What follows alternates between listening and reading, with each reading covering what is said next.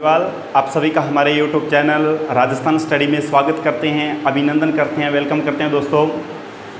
तो जल्दी से हमारी क्लास को आप शेयर करते हुए चले, लाइक कर दें जल्दी से हमारी क्लास को, फिर हम लाइव होते हैं। बिल्कुल दोस्तों, हम क्लास शुरू करने वाले हैं अभी। आप जल्दी से क्लास को शेयर करें ताकि ज़्यादा से ज़्यादा विद्यार्थी हमारे साथ जुड़ सकें। बहुत बढ़िया, बहुत बढ़िया, बिल्कुल बहुत बढ़िया। सभी को नमस्ते, बहुत बढ़िया। हाँ जी, आज हम राजस्थान हिस्ट्री की चौथा लेक्चर लेकर पहुंचा हूं मैं आप सभी के सामने। तो आज चौथे लेक्चर में हम राजस्थान के जो ऐतिहासिक स्रोत हैं उनके बारे में चर्चा करेंगे कि राजस्थान के इतिहास के बारे में हमें जानकारी कहाँ से मिलती है। जल्दी से आप वीडियो को शेयर करते हुए चलें ताकि ज़्यादा से ज़्यादा विद्यार्थी हमारे साथ जुड़ सकें। जिन्होंने चैनल को सब्सक्राइब नहीं किया है वे चैनल को सब्सक्राइब कर दें और जल्दी से विद्यार्थी ये बता दें कि आप तैयारी किस किस की कर रहे हैं। BSTC, PTET, पटवार कांस्टेबल, RAS किस किस की तैयारी कर रहे हैं जल्दी से। बिल्कुल दोस्तों, कल की क्लास जो पिछला अपना तीसरा लेक्चर था उसमें काफ़ी सारे विद्यार्थियों ने तो कहा था कि राजस्थान जियोग्राफी की क्लास प्रारंभ की जाए। तो आज शाम 6 बजे आपके साथ लाइव जियोग्राफी की क्लास लेकर पहुंचूंगा, राजस्थान जियोग्राफी की। और इंडिया जीके कौन कौन पढ़ना चाहता है वह भी कमेंट बॉक्स में प्लीज़ बताइए। आज शाम 4 बजे आपको हिंदी की क्लास मिल जाएगी। बहुत बढ़िया, बहुत बढ़िया। ठीक है दोस्तों, तो राजस्थान के अपने हिस्ट्री चैप्टर चल रहा है और हिस्ट्री में अपने राजस्थान की प्राचीन सभ्यताएं कंप्लीट कर चुके हैं। आज अपने पढ़ेंगे राजस्थान के इतिहास के स्रोत। इतिहास के स्रोत, राजस्थान के इतिहास के स्रोत, इस शब्द का अर्थ क्या है दोस्तों? राजस्थान के इतिहास के स्रोत यानी कि राजस्थान के इतिहास में हमें जानकारी कहाँ से मिलती है। राजस्थान के इतिहास की जानकारी हमें कहाँ से मिलती है? तो राजस्थान के इतिहास की जानकारी हमें कहाँ से मिलती है? तो कहाँ से मिलती है? पुरातात्विक स्रोत। पहला कौन सा दोस्तों? पुरातात्विक स्रोत। पुरातात्विक स्रोत। और इतिहासकार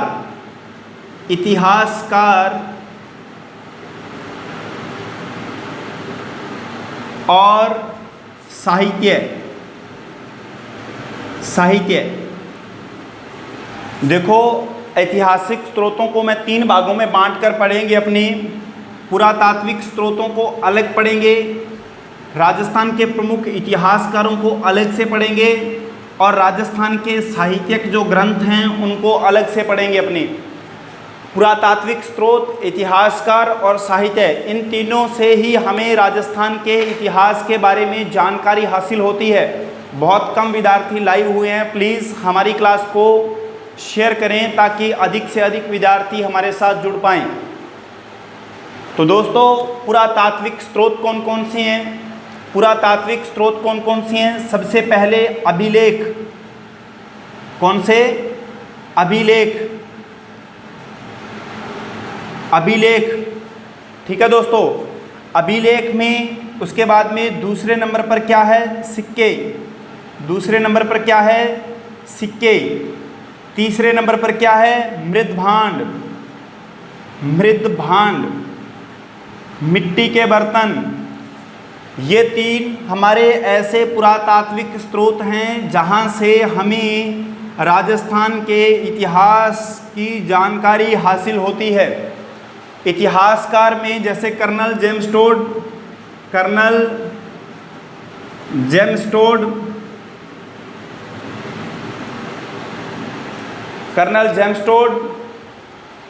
उसके बाद में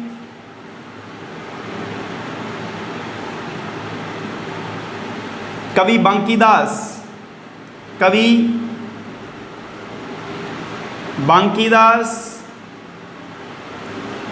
और तीसरे स्थान पर हैं मुणहोत्नेन्सी।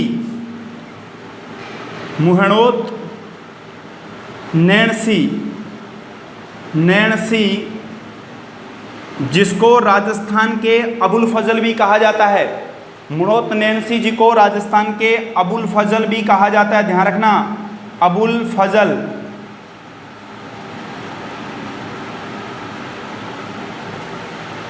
ठीक है दोस्तों, Muhnot Nainsi, colonel James Tod और कवि बांकीदास, मुहणोत नैणसी जिनको अबुल फजल भी कहा जाता है। साहित्य, साहित्य एक तो कौन सी हैं, धार्मिक साहित्य हो जाते हैं और एक धर्मोत्तर साहित्य हो जाते हैं। धर्मोत्तर,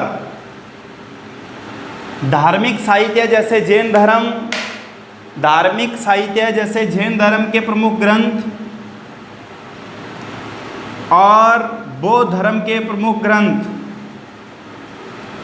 और धर्मोत्तर में कैसे हो जाएगा, जैसे कि कौटिल्य के द्वारा लिखा हुआ अर्थशास्त्र,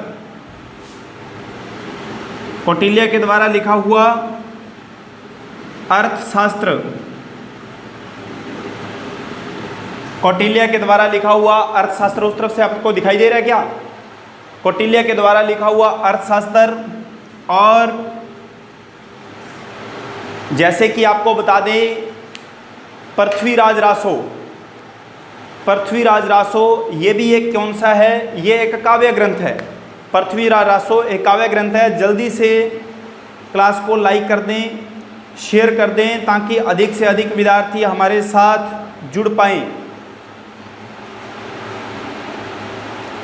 ठीक है दोस्तों, तो इसमें अभिलेखों में क्या क्या आ जाएगा, अभिलेखों में शिलालेख आ जाते हैं, शिलालेख, शिलालेख, गुहालेख और स्तंभलेख। और कौन से आ जाएंगे, स्तंभलेख, ध्यान रखना, शिलालेख, गुहालेख, स्तंभलेख। ठीक है दोस्तों,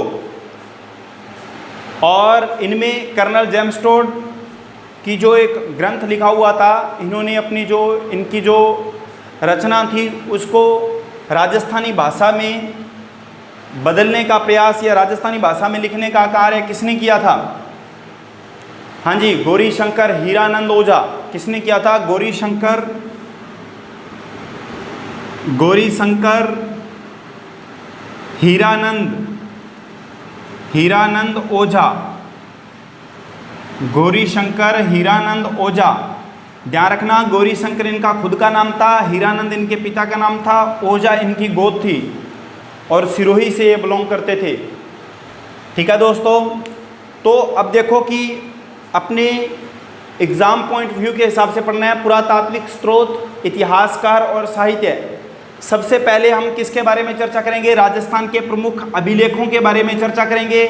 अभिलेखों में राजस्थान के प्रमुख शिलालेख, गुहालेख, स्तंभ लेखों के बारे में चर्चा करेंगे। इंपॉर्टेंट पूछा जाता है कि यह शिलालेख कहाँ पर है, किसने खुदवाया ये शिलालेख, ये किसकी प्रशंसा करता है। उसके बाद में सिक्कों के बारे में जानकारी प्राप्त करेंगे कि किस प्रकार के सिक्के कहाँ से मिली हैं, आयत मुद्राएं कहाँ से मिली हैं, पंचमार्क सिक्के कहाँ से मिले हैं। उसके बाद में मृत भांड की अपनी चर्चा करेंगे कि मृत भांड को कितने भागों में बांटा गया है, सिक्कों को कितने भागों में बांटा गया है। उसके बाद में कवि पढ़ेंगे अपने जो प्रमुख इतिहासकार हुए हैं जिनसे हमें राजस्थान के इतिहास के बारे में जानकारी हासिल होती है। Colonel James Tod, Gaurishankar Hiranand Ojha, कवि बांकीदास, मुहणोत नैणसी जिनको राजस्थान के अबुल फजल कहा जाता है। फिर ऐसे साहित्यिक ग्रंथों के बारे में चर्चा करेंगे जहाँ से हमें राजस्थान के इतिहास के बारे में जानकारी प्राप्त होती है। ठीक है दोस्तों, जल्दी से आप क्लास को शेयर करते हुए चलें। बहुत बढ़िया, बहुत बढ़िया। ज़्यादातर विद्यार्थी बीएसटीसी पीटेट के विद्यार्थी हैं तैयारी करने वाले, बहुत बढ़िया। पीटेट के जो विद्यार्थी हैं उनको इंडिया जीके भी पढ़ना पड़ेगा, तो जल्दी से मेरे को बता दीजिए कि इंडिया जीके में आप क्या पढ़ना चाहते हैं,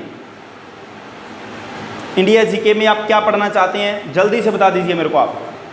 बहुत बढ़िया, बहुत बढ़िया। जैसे आप इतनी पढ़ने में दिलचस्पी दिखाते हैं तो हमें भी पढ़ाने में थोड़ा अच्छा लगता है। लाइक किया करें वीडियो को, अधिक से अधिक शेयर किया करें दोस्तों। तो ऐतिहासिक स्रोत में सबसे पहले मैं पुरातात्विक स्रोत शुरू करने वाला हूँ। पुरातात्विक स्रोत के अभिलेख के बारे में अपनी चर्चा करेंगे। यहाँ से महत्वपूर्ण क्वेश्चन काफ़ी बार पूछे जाते हैं। किस प्रकार के क्वेश्चन पूछे जाते हैं वो देखते चलना आप, है ना। बहुत बढ़िया, बहुत बढ़िया। क्लास कैसी लग रही है? बहुत बढ़िया लग रही है, ठीक है जी। यदि कोई कमी हो तो सर बताते चलना अपने को, कोई दिक्कत वाली बात नहीं है। अभिलेख आपके लिए पढ़ा रहे हैं। अभिलेख चर्चा करेंगे अपने अभिलेख की। अभिलेख सबसे पहले हमारा बहुत बढ़िया क्वेश्चन बनता है कि अभिलेख जो है इसके अध्ययन को क्या कहते हैं। जो अभिलेख का जो अध्ययन है इसे हम क्या कहेंगे? जो अभिलेख का जो अध्ययन है इसे हम क्या कहेंगे? एपियोग्राफी। क्या कहते हैं? अभिलेख के जो अध्ययन हैं इसे हम कहते हैं एपियोग्राफी। क्या कहते हैं दोस्तों? एपियोग्राफी कहते हैं। क्या कहते हैं? एपियोग्राफी कहते हैं। अभिलेख का जो अध्ययन है उसे हम कहते हैं एपियोग्राफी। क्या कहते हैं उसे? हम एपियोग्राफी कहते हैं। ठीक है दोस्तों। अब देखो, अभिलेखों को सर्वप्रथम लिखवाया किसने? सबसे पहले अभिलेखों को किसने लिखवाया? अभिलेखों की रचना किसने करवाई? सबसे पहले सम्राट अशोक ने।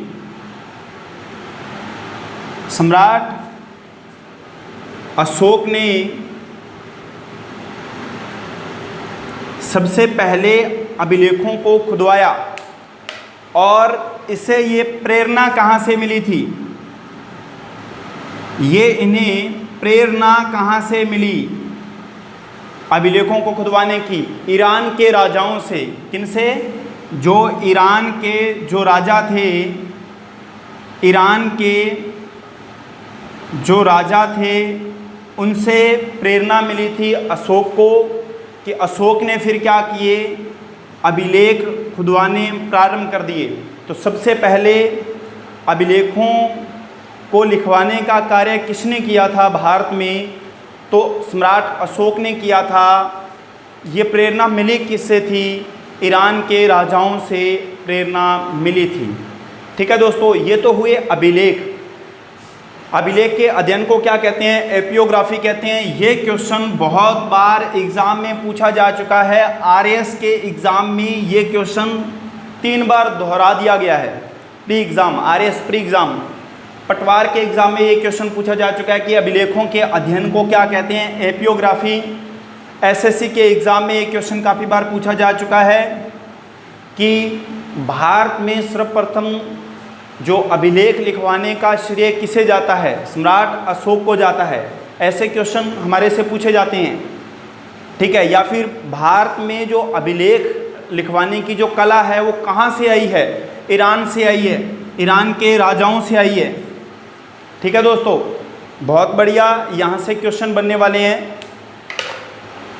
बहुत बढ़िया आपकी क्लास चल रही है। कई विद्यार्थी कहते हैं कि सर इतना डीपली पूछा जाएगा क्या? बिल्कुल सर, पूछा जाएगा। आपको मैं बता दूं, आपके पास समय बहुत कम है और आप बीएसटीसी पीटेट की अलग अलग तैयारी करने के लिए बैठे हुए हैं। नहीं, हमें अलग अलग तैयारी नहीं करनी है। हमें ऐसी तैयारी करनी है कि आज हम बीएसटीसी का एग्ज़ाम देते हैं, 1 मंथ बाद में यदि हमारे से कांस्टेबल का एग्ज़ाम होता है, अगस्त में होने की संभावना है कांस्टेबल एग्ज़ाम, तो अगस्त में हो चाहे सितंबर में हो, या पटवार का एग्ज़ाम होता है तो हो, ताकि उस एग्ज़ाम में बैठने लायक ही नहीं, हम उस एग्ज़ाम को कंप्लीट क्वालिफाइड करने के लायक हों। ऐसी तैयारी करनी है हमने। ठीक है दोस्तों, तो आगे प्रशस्ति की बात करते हैं कि प्रशस्ति क्या है। प्रशस्ति क्या है? प्रशस्ति क्या है? प्रशस्ति क्या है? किसी वंश या किसी व्यक्ति, जैसे कोई राजा हुआ, व्यक्ति कोई राजा हो गया, ठीक है, किसी वंश या किसी व्यक्ति की प्रशंसा में लिखा गया लेख, की प्रशंसा में लिखा हुआ लेख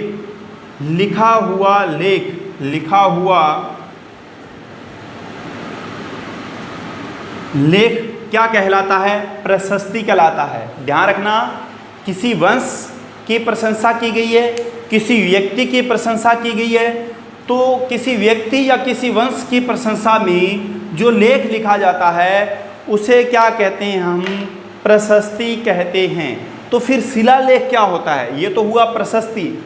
अभिलेख भी पढ़ लिया आपने, अभिलेख भी पढ़ लिया, प्रशस्ति भी पढ़ ली। ध्यान रखना, प्रशस्ति किसी कागज पर भी लिखी जा सकती है, प्रशस्ति किसी पत्थर पर भी लिखी जा सकती है, प्रशस्ति ताम्र पत्थर के ऊपर भी लिखी जा सकती है, प्रशस्ति किसी शिला के ऊपर भी लिखी जा सकती है, कहीं पर भी प्रशस्ति को किसी दीवार पर भी लिखी जा सकती है, प्रशस्ति किसी दीवार पर भी लिखी जा सकती है, कहीं पर भी लिखी जा सकती है, परंतु शर्त ये होनी चाहिए वो किसी की प्रशंसा में लिखी गई हों, किसी की प्रशंसा में लिखी गई हों, तो वो होती है प्रशस्ति। तो ये तो होगी प्रशस्ति, परंतु अब शिलालेख क्या है? शिलालेख क्या है?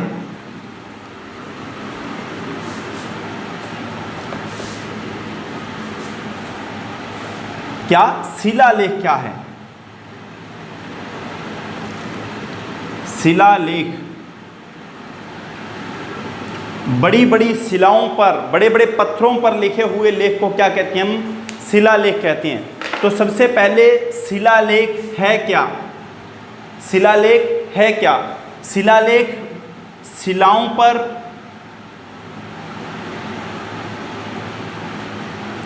या फिर पत्थरों पर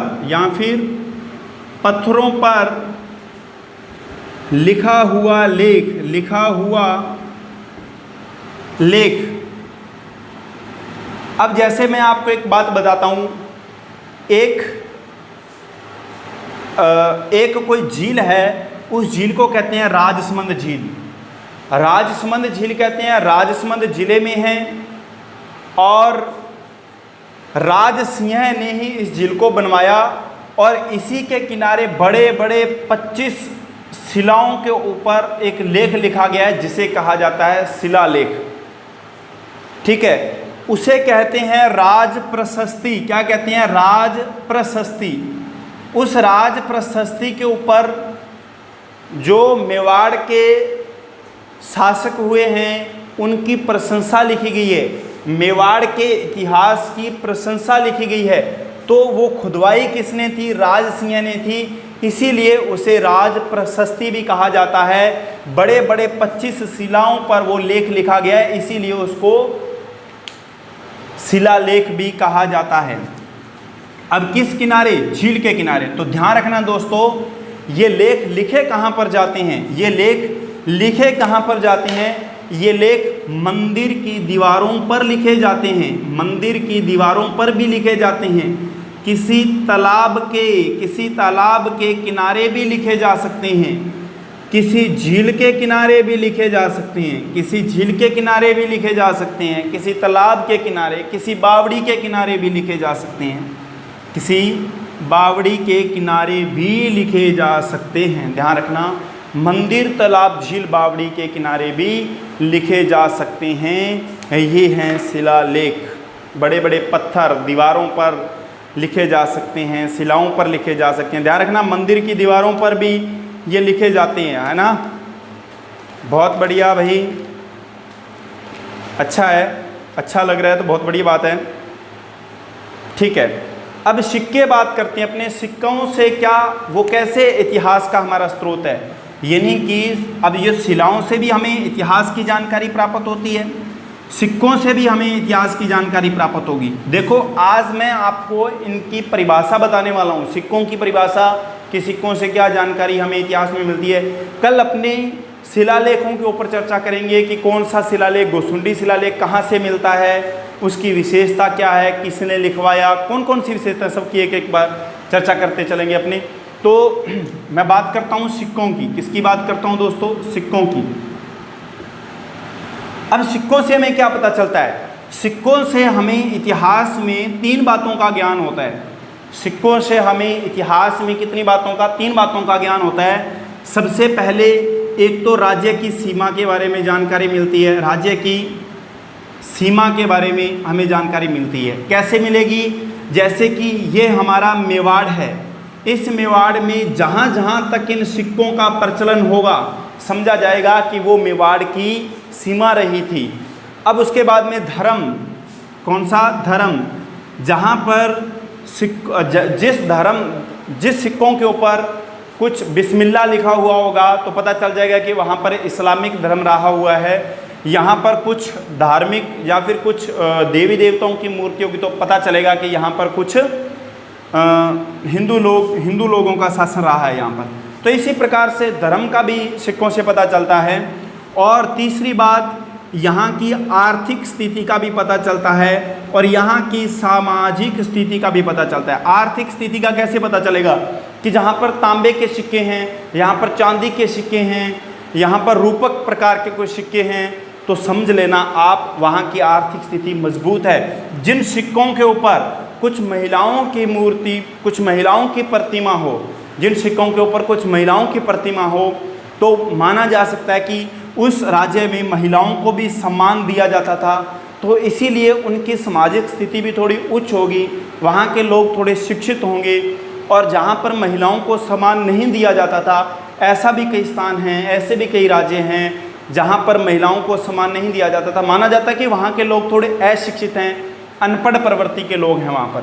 ठीक है दोस्तों, तो सिक्कों से हमें 3 जानकारी हासिल होती है। उसके बाद में मृद भांड, जो मिट्टी के बर्तन हैं, उनसे हमें इतिहास का कैसे पता चलता है? तो मृद भांडों को भी मैं 3 भागों में बांटने का प्रयास करूँगा। मृद भांड।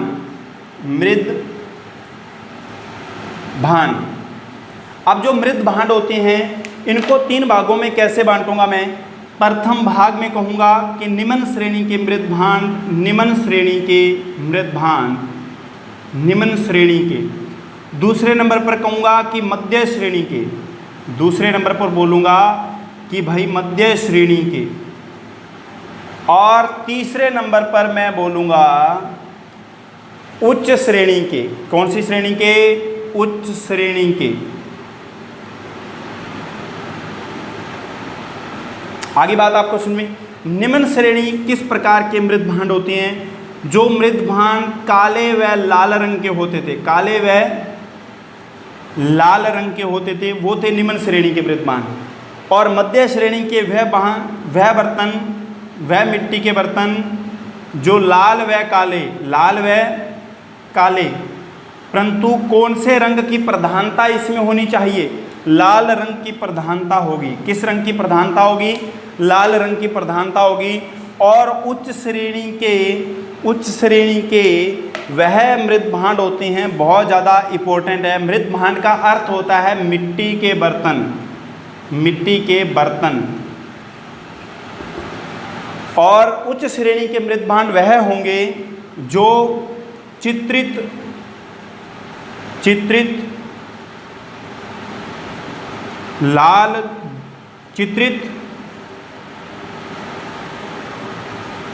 गेरू रंग के या फिर धूसर रंग के, गेरू धूसर रंग के, ठीक है, या फिर चित्रित धूसर रंग के, चित्रित गेरू रंग के, चित्रित लाल रंग के। ये जो मृद भांड होती हैं, ये उच्च श्रेणी के मृद भांड होते हैं। ठीक है दोस्तों, कल के लिए आप हेडिंग डाल लीजिए राजस्थान के प्रमुख शिलालेख, और उन शिलालेखों में सबसे पहले हेडिंग डालोगे आप नंबर 1 पर गोसुंडी शिलालेख। कौन सा शिलालेख? गोसुंडी शिलालेख। जिस प्रकार से आप हमें सम्मान दे रहे हैं, इसी प्रकार से देते रहें, इसी प्रकार से लगातार आप हमारे साथ लाइव बनते रहें। 2 दिन बीच में बारिश होने के कारण आप सभी के सामने लाइव नहीं हो पाया, परंतु आपको फिर भी स्ट्रक्चर के माध्यम से मैंने आपको राजस्थान की सभ्यताएं कंप्लीट करवा दी है। और यदि आपने वो वीडियो बहुत कम विद्यार्थियों ने देखी है तो वो जाकर देख सकते हैं आप। तो आज शाम 6 बजे मैं राजस्थान जियोग्राफी की क्लास आप सभी के सामने लेकर पहुंचूंगा। बहुत ही बढ़िया तरीके से मानचित्र के माध्यम से आपको राजस्थान की जियोग्राफी कंप्लीट करवाने वाले हैं। ऐसी राजस्थान की जियोग्राफी कंप्लीट करवाने में कि जो आप कभी भूल नहीं पाओगे। ठीक है दोस्तों।